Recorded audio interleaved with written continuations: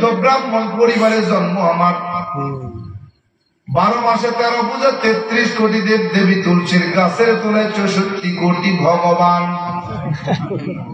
সংস্কৃত ভাষার উপরে পাণ্ডিত্য নিয়ে, ডিগ্রি নিয়ে, ডক্টরেট কইরা বেদ পুরাণ রামায়ণ মহাভারত জেন্দা বেস্তা স্মৃতি শ্রুতি মনুসংহিতা শ্রীমৎ ভাগবত গীতা রাজভোগ কালীভোগ ছাড়া অসংখ্য কিতাবাদি গবেষণা কইরা 44,441 খানা মন্ত্র করে দেখলাম, তার ভিতরে 30,000 মন্ত্র শুধু মুসলমানের গুণগান। এই 30,000 মন্ত্র কোরআনে হাকিমের 30 পারা, 114টি সূরা, 6,666 মতান্তরে 6,234 আয়াতের সঙ্গে হুবহু মিল পাওয়া যায়। কোরআনে হাকিমের প্রত্যেকটি আয়াতে কারিমার সাথে কয়েক শত মন্ত্র পাঠ করে শোনানো যায়। প্রত্যেকটা মন্ত্রের কিতাবের নাম, অধ্যায় নম্বর, পৃষ্ঠা নম্বর, শ্লোক নম্বরও বলা যায়। এমনি এমনি কিন্তু মুসলমান হই নাই। ভাবছ গরুর গোশত খাওয়ার লোভে মুসলমান? না রে মুসলমান না। গরুর গোশত খাওয়ার জন্য এখন আর মুসলমান হওয়ার প্রয়োজন হয় না। অনেক দাদা কাকা জেঠারা গোপনে গোপনে গরুর গোশত খায়। চ্যালেঞ্জ, যদি কোনো দাদা কাকা জেঠা আমারে গরুর গোশত খাওয়া মানা, এটা তাদের ধর্মগ্রন্থ থেকে প্রমাণ দিতে পারে, কথা দিলাম আমি পূর্বের ধর্মে ফিরা যাবো। আর যদি আমি প্রমাণ করে দেই তোমার ধর্মগ্রন্থে গরুর গোশত খাওয়া বৈধ, বলো তুমি কালেমা করে মুসলমান হবে? যদি প্রমাণ করে দিতে পারো তোমার ধর্মে গরুর গোশত খাওয়া মানা, কথা দিলাম আমি তোমার ধর্মে ফিরে যাব। আর আমি যদি প্রমাণ করে দিই তোমার ধর্মে গরুর গোশত খাওয়া হালাল বৈধ, কথা দাও তুমি কালেমা বলে মুসলমান হবে। তোমার সঙ্গে আমার দ্বন্দ্ব নাই। চ্যালেঞ্জ, চ্যালেঞ্জ, প্রমাণ দিবা আমি যাব, আমি প্রমাণ করে দিব আমার কাছে। এ পর্যন্ত আমার হাতে 215 জন কালেমা পড়ে মুসলমান হয়ে গেল। এমনি এমনি কিন্তু মুসলমান হই নাই। বাবা বড় আশা নিয়ে সংস্কৃত বিশ্ববিদ্যালয়ে ভর্তি করে দিলেন। বাবারে ডাক দেয়, বাবা কেন আমাকে সংস্কৃত বিশ্ববিদ্যালয়ে ভর্তি করলেন? বলে বাবা আমি তো চিরকাল দুনিয়ার জমিনে থাকবো না রে, আমার অবর্তমানে আমার দায়িত্ব পালন তুমি করবে, এজন্য তোমার বড় পণ্ডিত হতে হবে। বাবা সংস্কৃত বিশ্ববিদ্যালয়ে ভর্তি করে দিলেন। সংস্কৃত বিশ্ববিদ্যালয়ে লেখাপড়া করতে করতে দীর্ঘদিন বাবা মাকে না দেখার কারণে ছুটি নিয়ে বাড়িতে ফিরে আসলাম। বাবা এবার কি ব্যাপার? বললাম বাবা অনেকদিন থাকলাম, আপনাদের দেখার জন্য কোরআনটা বড় পড়ে আপনাদের দেখার জন্য বাড়িতে আসছি। বলে কয়দিন? বলে 3 দিন। বলে সময় মতো কিন্তু চলে যাবা। বলো কেমন তোমার লেখাপড়া? বললাম বাবা খুব ভালো, তবে আজব একটা বিষয় আমার মন মানে না। বলে কি আজব বিষয় বলো? বললাম বাবা ওই আমরা হিন্দুরা কত বড় ভালো, কত বড় ভাগ্যবান, মুসলমান গুলো কত বড় বোকা, কত বড় মূর্খ। বলে কেন? বললাম বাবা 12 মাসে 13 জন খোদা, 33 কোটি দেব দেবী, তুলসীর গাছের তলায় 64 কোটি ভগবান, দেখা দেখা আমরা তাদের কদমে সিজদা করি। কিন্তু মুসলমান কত বড় বোকা, কত বড় মূর্খ, তারা আল্লাহরে দেখে না কিন্তু আল্লাহর কদমে সিজদা করে। বাবা কয় সত্যি তুই বড় জ্ঞানী হবি, বোঝা যায়। কি হবি? বড় জ্ঞানী হবি, এটা বোঝা যায়। বাবারে কই বাবা আপনি আশীর্বাদ করেন ভগবান যেন আমারে অনেক বড় জ্ঞানী বানায়। আশীর্বাদ করে দিলাম, যাও অনেক বড় জ্ঞানী তুমি হবে, আমার বংশের নাম সুনাম খ্যাতি তুমি অর্জন করবে, আমার বংশের নাম খ্যাতি অর্জন করবে। যাও যাও। সময় মতো আবার বিশ্ববিদ্যালয়ে চলে গেলাম। সংস্কৃত ভাষার উপরে ডিগ্রি নিয়ে ডক্টরেট শেষ কইরা বাবার কাছে যখন ফিরে আসলাম, বাবা কয় বাবা বলো রেজাল্টের কি খবর? বললাম খুব ভালো। বলে কেমন ভালো? বলে আমার বিশ্ববিদ্যালয়ে আমি ফার্স্ট ক্লাস ফার্স্ট পেয়েছি। বলে খুব ভালো বাবা। বাবার ডাক দিয়ে কই বাবা শুরুতে আপনার একটা কথা বলেছিলাম স্মরণ আছে? বলে কি কথা? বললাম বাবা হিন্দুরা আমরা বড় চালাক, মুসলমান বড় বোকা বলে হা। বললাম বাবা আপনি বেদ বিশ্বাস করেন বলে হা, বেদ মানেন বলে হা, বেদের শ্লোক বিশ্বাস করেন বলে হা। বলেন তো বাবা বেদ কত ভাগ সত্য? বলে 100 ভাগের মধ্যে 100 ভাগ সত্য। বললাম বাবা বেদের শ্লোক গুলো কত ভাগ সত্য? বলে 100 এর মধ্যে 100 ভাগ সত্য। আমি বললাম বাবা বেদ যদি সত্য হয়, বেদের শ্লোক যদি সত্য হয়, তাইলে মুসলমান সত্য আমরা মিথ্যা, আর যদি বেদ মিথ্যা হয় বেদের শ্লোক মিথ্যা হয়, তাইলে আমরা ভাগ্যবান মুসলমান বোকা। বাবা মানে কি? বললাম বাবা বেদের মধ্যে পড়ে দেখলাম না 10 প্রতিমা আসতে। বলে অর্থ কি? বললাম সৃষ্টিকর্তা বলেন আমি সৃষ্টিকর্তার কোন প্রতিমূর্তি নাই, প্রতিচ্ছবি নাই, আকার নাই, আকৃতি নাই, দেখা যায় না, ধরা যায় না, ছোঁয়া যায় না, লাল নীল হলুদ না সবুজ তা অনুভব করা যায় না। তাইলে জানতে চাই 12 মাসে 13 জন খোদা, 33 কোটি দেব দেবী, তুলসীর গাছের তলায় 64 কোটি ভগবান, কারা কারা? বাবা ভাই জানি না, জানেন না তো বলেন কেন? বলে আপনারা পূর্বপুরুষ মানুষের নাম আইনা পারি না।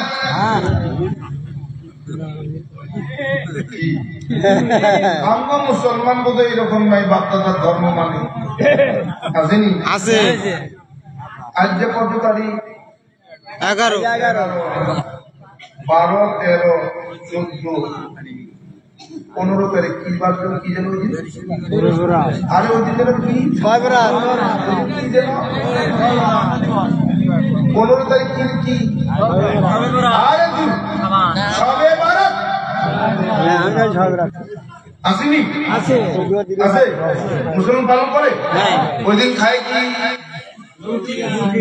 চিনি হালুয়া আর এখন অবশ্য হালুয়া রুটিয়া খায় দেয় না, এখন গোশ আর রুটি। ঠিক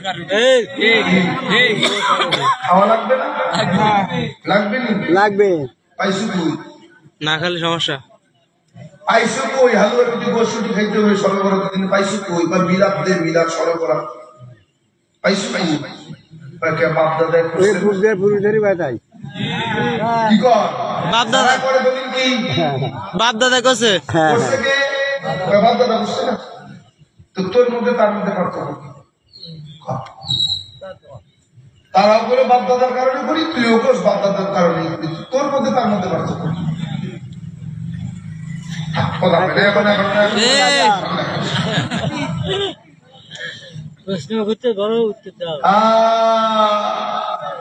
মুসলমানও বাপদাদা মানে, হিন্দুরাও বাপদাদা মানে। বাপদাদাই করছে তাই করি, মুসলমানও বাপদাদা করছে তাই করি, তো পার্থক্য কি? সমান সমান। হ্যাঁ বাবাই বাপদাদাই করছে তাই। বললাম বাবা এখানেই শুধু শেষ না, আরো আছে। বলে কি? বললাম বাবা রাজবোধ কিতাবের 2192 পৃষ্ঠার মধ্যে একখানা শ্লোক মাইনা নিলেন। না ঠিক নাই। বলে কেন? বললাম বাবা স্রষ্টা যখন সৃষ্টি হয় তখন কোন স্রষ্টা নিয়ন্ত্রণ করে? বলে বুঝলাম না। বললাম বাবা ভগবান শ্রীকৃষ্ণ ছিলেন তো স্রষ্টা। বললাম বাবা ভগবান শ্রীকৃষ্ণ তো ছিলেন স্রষ্টা, মানুষের কল্যাণে হলেন সৃষ্টি। যেমন পূর্ব আকাশে সূর্য হয়ে ঝুলে গেলে ওই সূর্য দেবতাকে কোন স্রষ্টা নিয়ন্ত্রণ করেছেন? আল্লাহ। বলে কেন? শ্রীকৃষ্ণ। বললাম মানি না। বলে কেন? বললাম বাবা শ্রীকৃষ্ণ ছিলেন স্রষ্টা, মানুষের কল্যাণে হলেন সৃষ্টি। স্রষ্টা যখন সৃষ্টি হয়ে পাওয়ার থাকে না, বলে এই সৃষ্টিকে যিনি নিয়ন্ত্রণ করেন তিনি আর কেউ নয়, তিনি হলেন মুসলমানের আল্লাহ। আমার ভাই বোঝে না কেন? যে আল্লাহ সেই তো ভগবান। সুর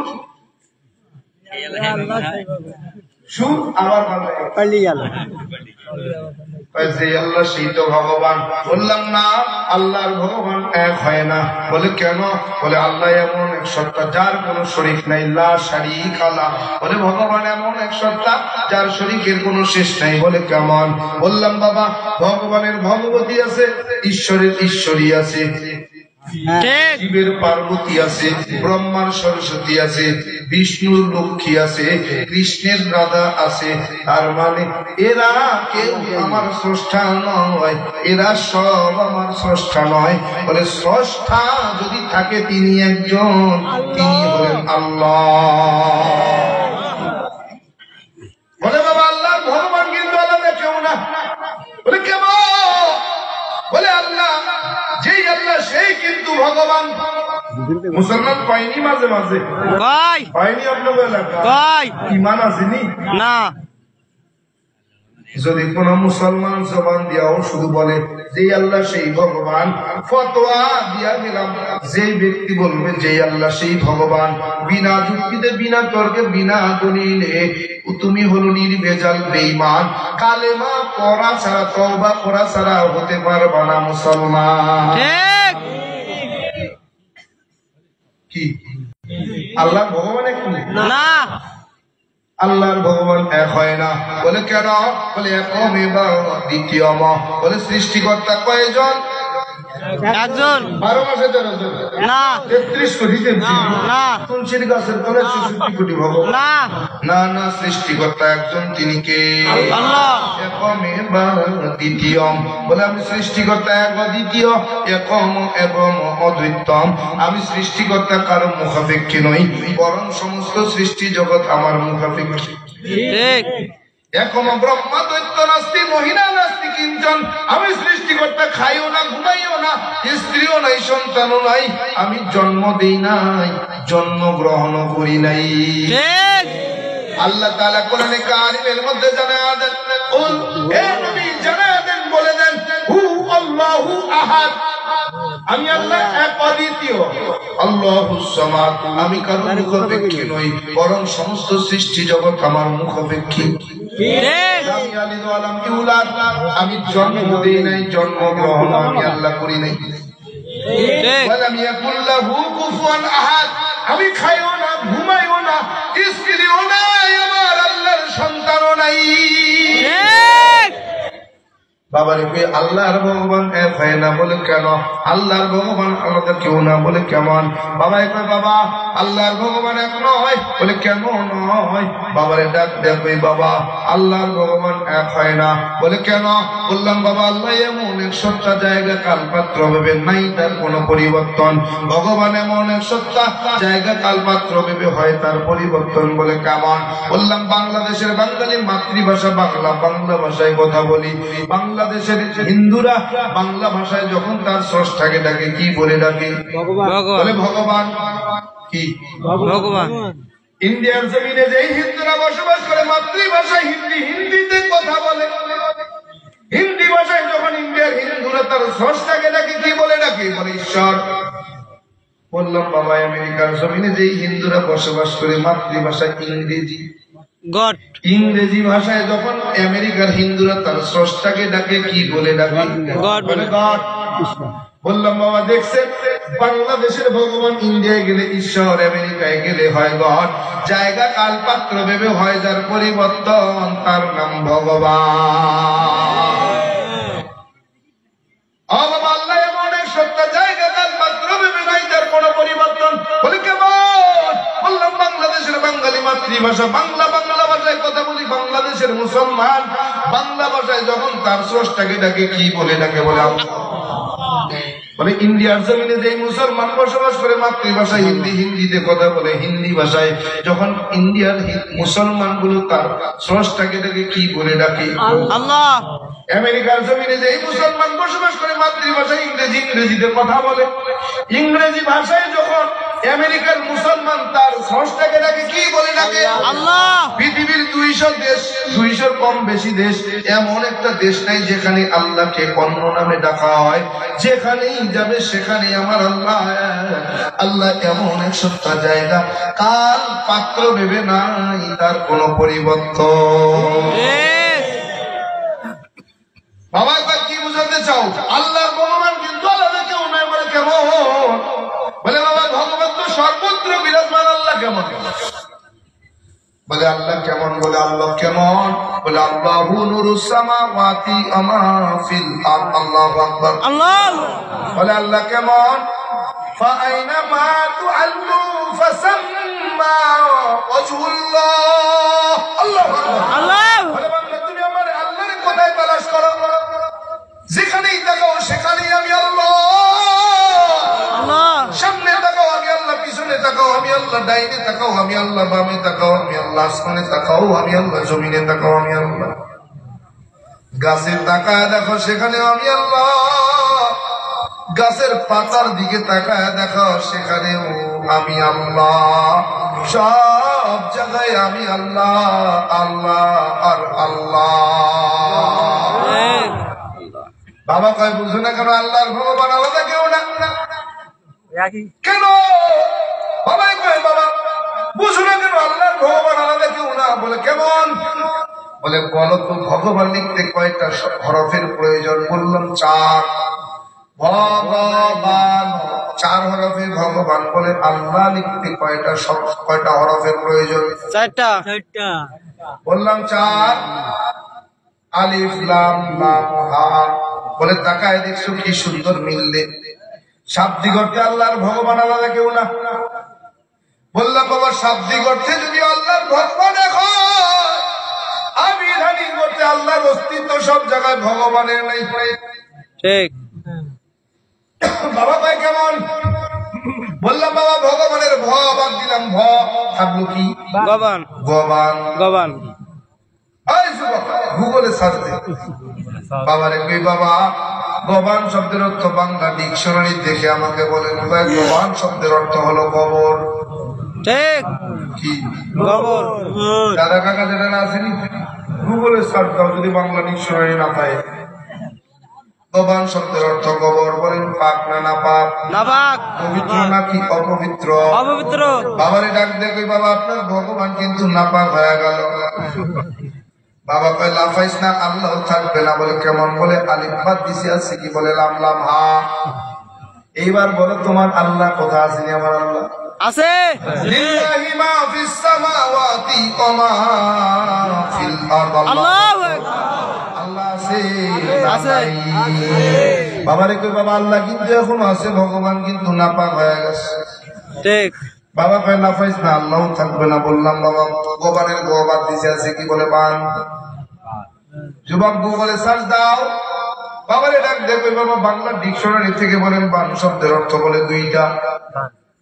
1 নম্বরে বন্যা, 1 নম্বরে বন্যা। বন্যা, 2 নম্বরে গাভীর ওলান। ঠিক। বাবারে কই বাবা আপনার ভগবান কিন্তু গাভীর ওলান। বলে লাফাইস না, আল্লাহ থাকবে না। বলে কেমন? বলে লাম্বার দিছে আছে কি? বলে লাম হা।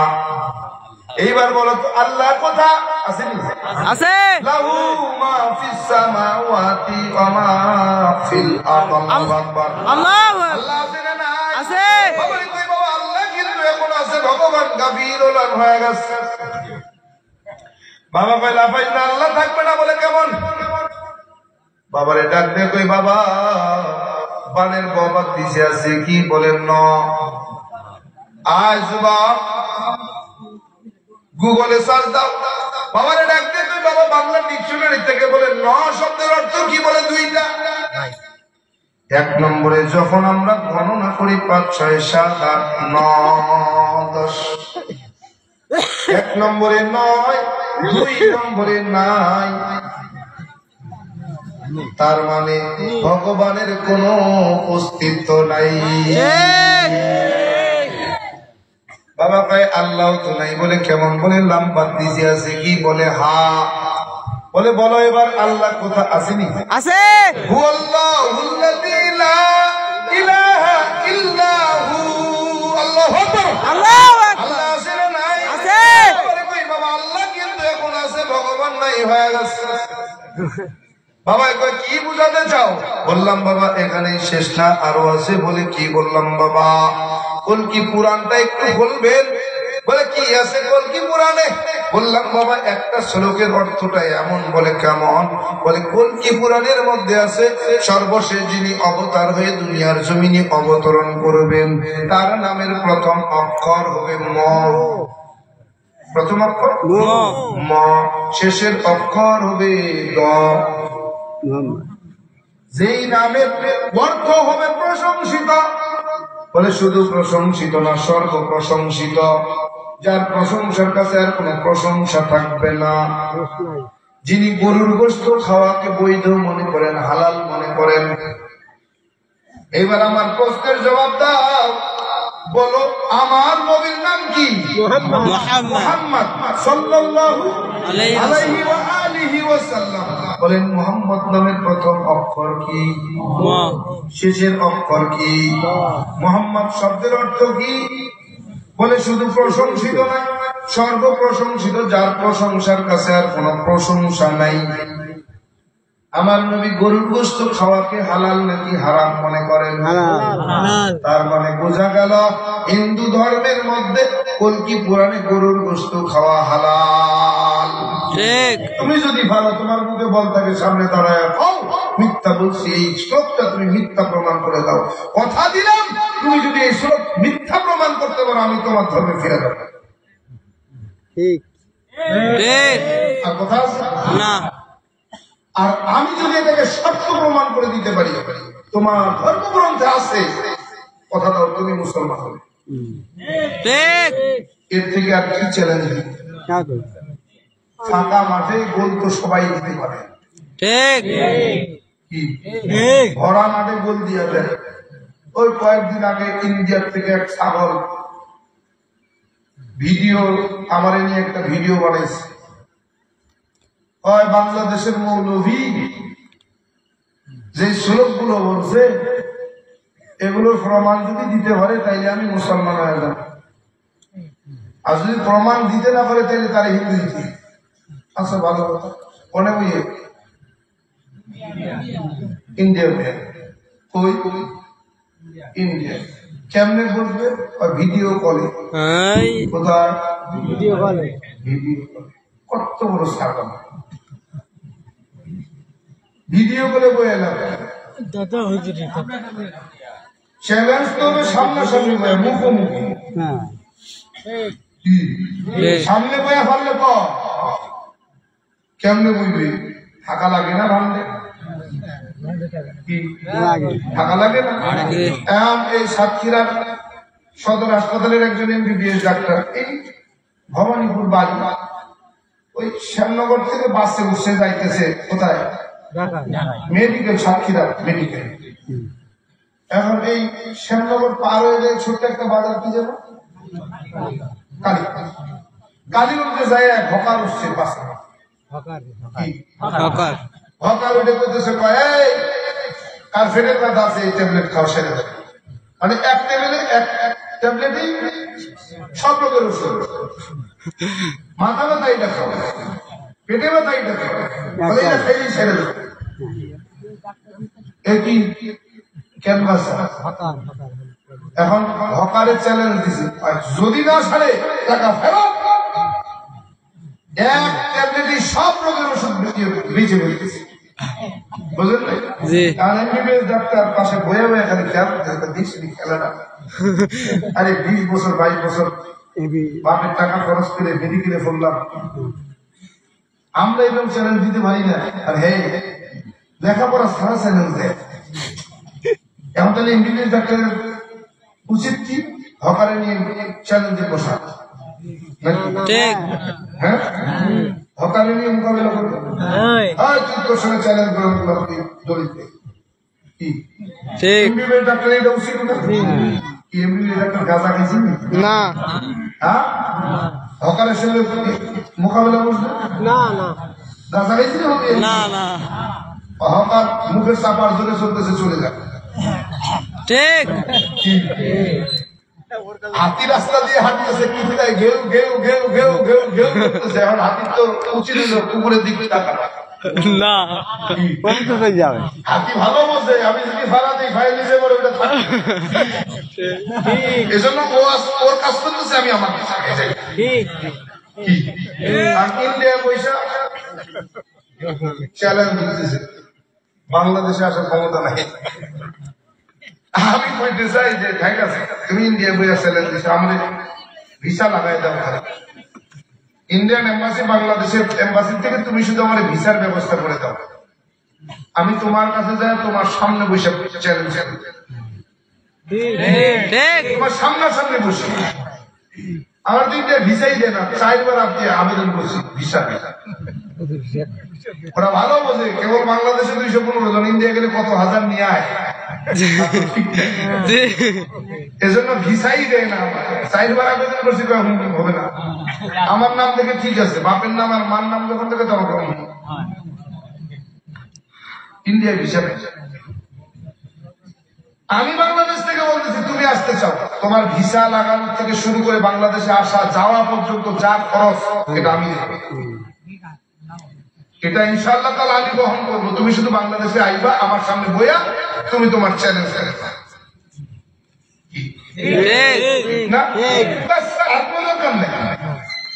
যদি তুমি জিতো তাহলে আমি তোমার ধর্মে ফিরে যাবো, যদি হারো তাহলে আমার হাতে কালেমা পড়বা। ওই ইন্ডিয়া বইয়া থাকলে তুমি যে কালেমা পড়বা কি করবো না, এটা গ্যারান্টি দিবে? ঠিক, গ্যারান্টি দেওয়ার আছে না? কেটা গ্যারান্টি দিবে? তুমি ওখানে যে কইলা যে হ্যাঁ পড়ে নিলাম, তুমি পড়লাম, তাহলে খেলোয়াড় তো মাঠে খেলতে হয়, মাঠে থাকতে হয়, মাঠে থাকলে না থাকলে তো খালি মাঠে বলে নিয়ে যাচ্ছে, ঠিক না? পারলে বোকা দিলে, আরে ভাই তাও যদি সমানে সমানে হইতো তাও বুঝতাম, এই যদি ব্রাহ্মণের বাচ্চা হইতো তাও না নাম দাস, দাস নমসূত্র, কি নমসূত্র। হিন্দুদের মধ্যে 36টা গোত্র, এর মধ্যে সবচেয়ে দামি গোত্র হলো ব্রাহ্মণ, আর সবচেয়ে নিচু গোত্র হলো মেথর সামান মুচি, অর্থাৎ দাস। যদি ব্রাহ্মণ হইতো তাও ভাবতাম যাক সমানে সমানে আছে, এটাও না। পবিত্র কুমার দাস, আবার নাম লিখছে পবিত্র কুমার আর্য। চিন্তা করছে, কিছুদিন আগে এক দিদি পদ্মাবতী মন্ডল আমার একটা ভিডিও, একটা মন্ত্র নিয়ে ব্যাখ্যা ভীষণ ট্রল করলো। ওর পরে যখন ওই দিদির মন্ত্রটা আবার আমি সুন্দর করে ব্যাখ্যা করে দিয়েছি, পরের ভিডিওতে আবার দিদি হয়েছে না, মৌলবীটা বলছে কথাটা আসলে ওই রকম নয়, আমি ওইভাবে বলতে চাইনি, কথাটা এইরকম। মানে ওই যে শ্যামনগর, আমি তো এদিক দিয়ে ঘুরে আসছি, আর উনি হলো এদিক দিয়ে গেছে, কিন্তু শ্যামনগরে যাওয়ার রাস্তাটা ঠিক বুঝাতে পারি। এর ফলে দেখি দিদি ঠিক হয়ে গেছে।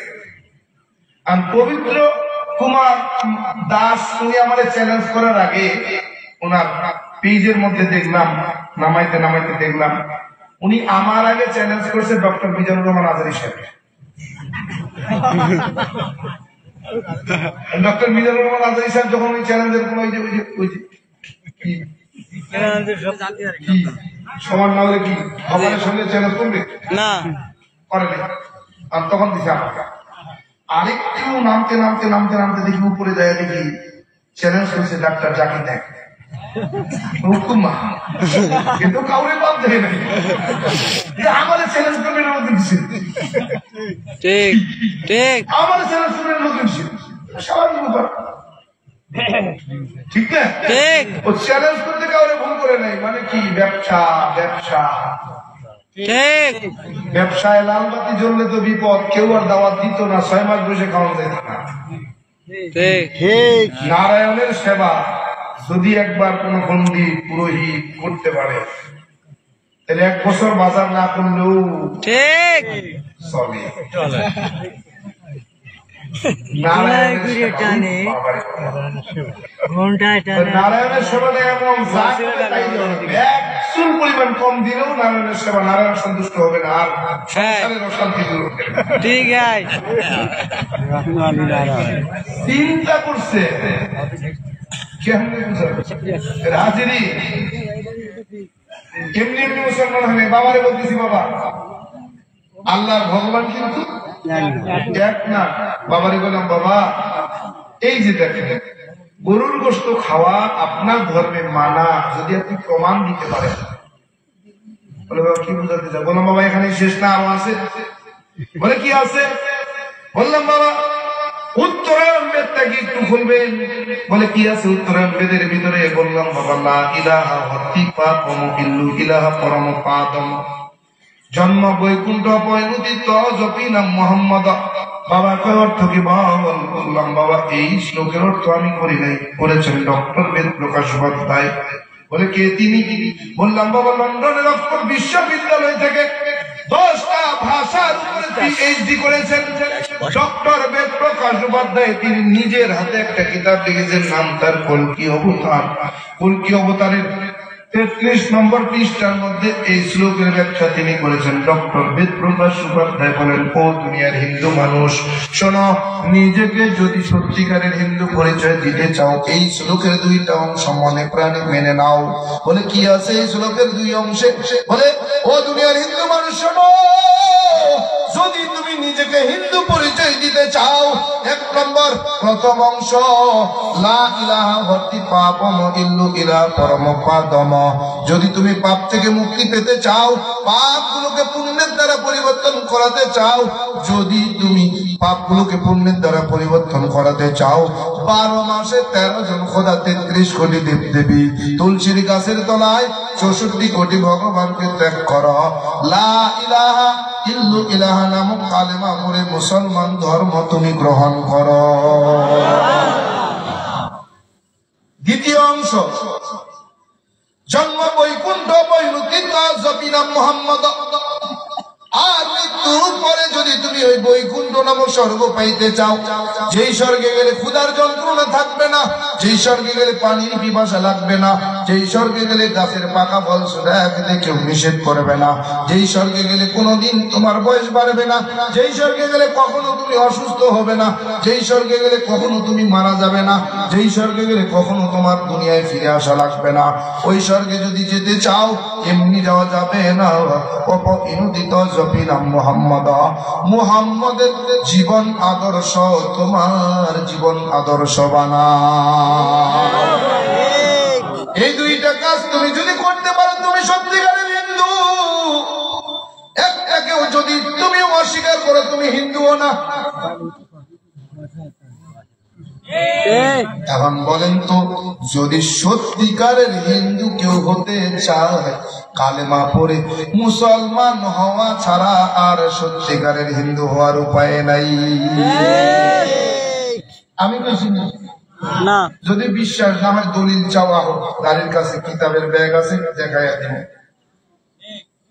এমনি এমনি আসি নাই, এই বুক উঁচু করে এতগুলো তথ্য রেফারেন্স দিয়ে যায় কি এমনি বুকে বল না থাকলে কিতাব নিয়ে আইছি। জানি তো তোমরা বিশ্বাস করবে না, যদি আটকায় নাও দলিল দাও ওই জন্য কিতাবের ব্যাগ গাড়ির পিছনে একটা রাইখা দিছি। আমি তো দেখায় দেখা যা, তুই তো ভাবি না ঠিক, তবুও বিশ্বাস করি না। দুনিয়ায় সব বিশ্বাস করি, সাপেরে আর কাউকে বিশ্বাস করি না। এরা হাজিরিন, এই বাংলার জমিনে আমরা মুসলমান গুলো অবলা মুসলমান দুনিয়ার জমিনে চলি। মুসলমান বড় শান্ত, ইসলাম এমন শান্তির ধর্ম, ইসলাম এমন শান্তির জীবন বিধান। বলে ইসলামের মধ্যে এত শান্তি, এত শান্তি। বলে কেমন শান্তি? বলে ইসলাম এমন শান্তি যার কাছে সবাই নিরাপদ, যার কাছে সবাই নিরাপদ। ইসলাম ব্যতীত অন্য কোন জীবন বিধানের মধ্যে কেউ নিরাপদ নয়। ও গোলাম কেমনে বুঝায়? গোলাম একটু খেয়াল করো, আজকে বাংলাদেশের হিন্দুরা যদি কোন বাজারে যায়, যদি কোন হিন্দু দোকানদার থাকে, ওই হিন্দুরা কখনো মুসলমান দোকানদারের কাছ থেকে কোন সদাই কেনে না।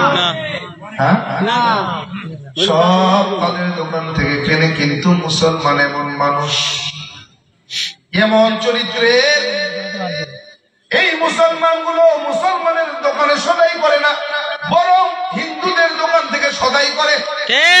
মুসলমান দোকানের মিষ্টান্ন খায় না, বলে হিন্দুদের দোকানের মিষ্টান্নটা বেশি পছন্দ করে।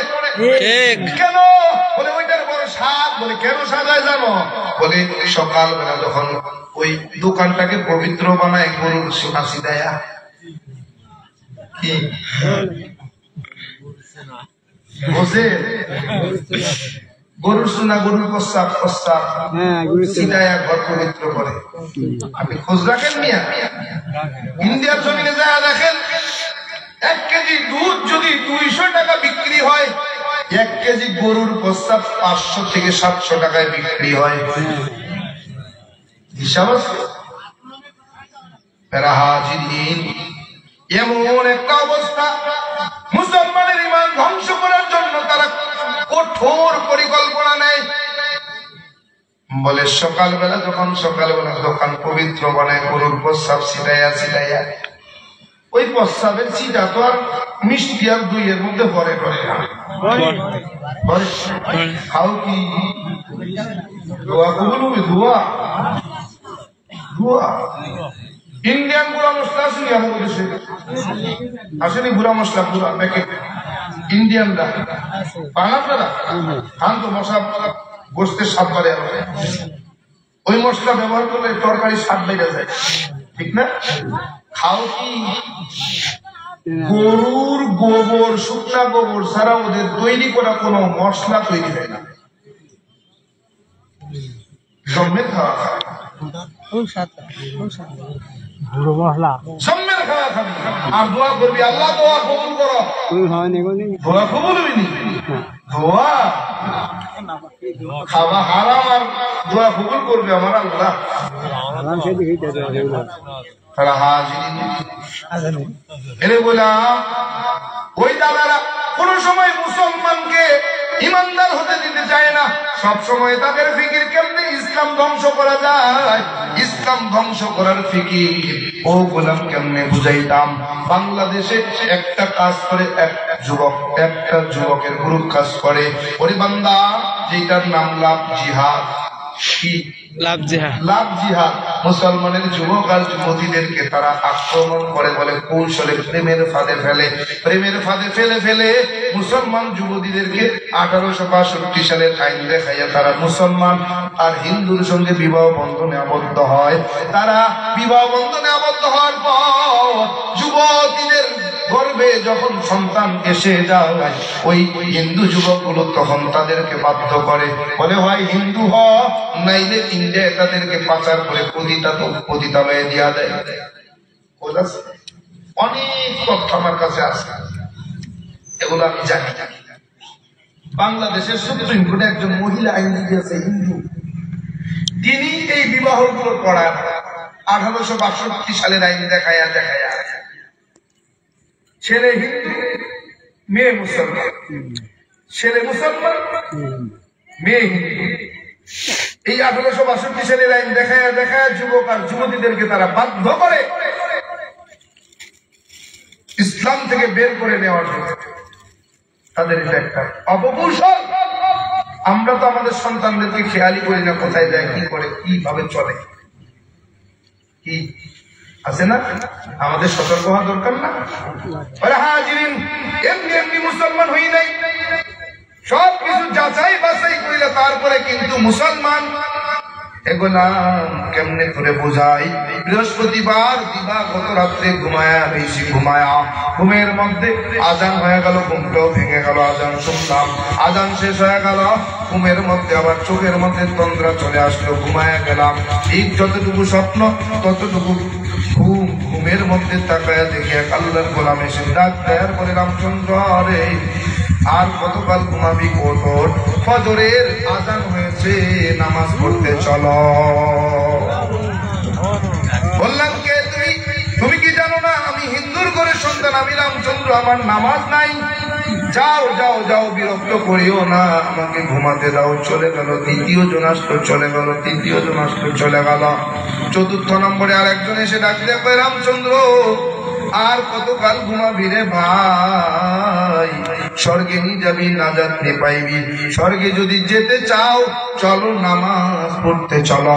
বললাম, আপনি কি জানেন না আমি হিন্দুর ঘরে সন্তান, রামচন্দ্র, আমার নামাজ নাই। বলে, রামচন্দ্র, নামাজ ছাড়া স্বর্গে যাওয়ার কোনো রাস্তা নাই। কেন? বলে রামচন্দ্র স্বর্গে যাওয়ার জন্য নামাজ ছাড়া কোনো রাস্তা নাই। বললাম হুজুর আমি যতটুকু বুঝি যতটুকু জানি ইমাম ছাড়া নামাজ পড়লে কোনো লাভ নাই। হুজুর ডাক দিয়া কয় চলো তোমারে কালেমা পড়ায়া দেই। বললাম হুজুর আমি যতটুকু জানি যতটুকু বুঝি কালেমা পড়তে গেলেও পবিত্র হতে হয়, পবিত্রতা সম্পর্কে আমার কোনো ধারণাই না। বলে চলো তোমাকে পবিত্রতা শিখায়া দেই। বলি না যাব না, আপনি যান, আমাকে একটু ঘুমাতে দেন। বলে না তোমাকে নিতে আসছি, তোমাকে না নিয়ে আজকে